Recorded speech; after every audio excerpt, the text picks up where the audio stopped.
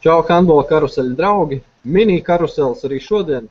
Šodien krēslā esam noķēruši un ar varu iesēdinājuši Austrum komandas vienu no balsu līderiem Guntaru Lejnieku. Čau, Gunter! Čau! Kā labi iet šodien? Baigām migla no rīta bija. Nu jā, līdzīgi kā viss šis balsojums, visi te ir miglā tīts, tā kā līdz pēdējiem paliekam. Viss pa tēmu. Nu, ko ķeramies tad pie lietas un arī tev tradicionālā jautājumi, tie paši, kas pārējiem dalībniekiem. Tavuprāt, 3 spēlētāji, bez kuriem nav iedomājama zvaigžņu spēle šogad? Nu, neatšķirsot no iepriekšējiem aptaujātajiem, teikšu, ka droši vien, kad jābūt mainieku, kā saka, līderim, vilcējiem un tā tālāk Austrim. Vēl labprāt redzētu, droši vien jau arī redzējuši savu veco labo draugu Ivaru Lācu vārtos pretiniekos.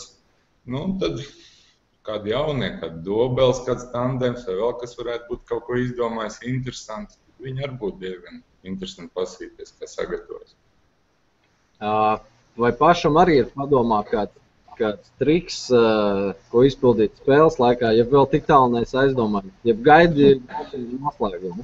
Pirmkārt jau sagaidām balsojumu, otrkārt visi jau nevar atklāt uzreiz, tā ka šī man tā kā pirmā pieredze atšķirībā no daudziem citiem vīriem, kas jau tur pagājušajā gadu performances taisīja, tā kā uz vietas apskatīsim.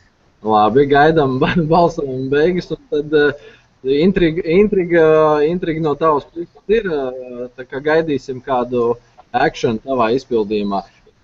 Tavuprāt, cik spēlētāji līdz balsojuma beigām saņems vairāk kā 1000 balsis?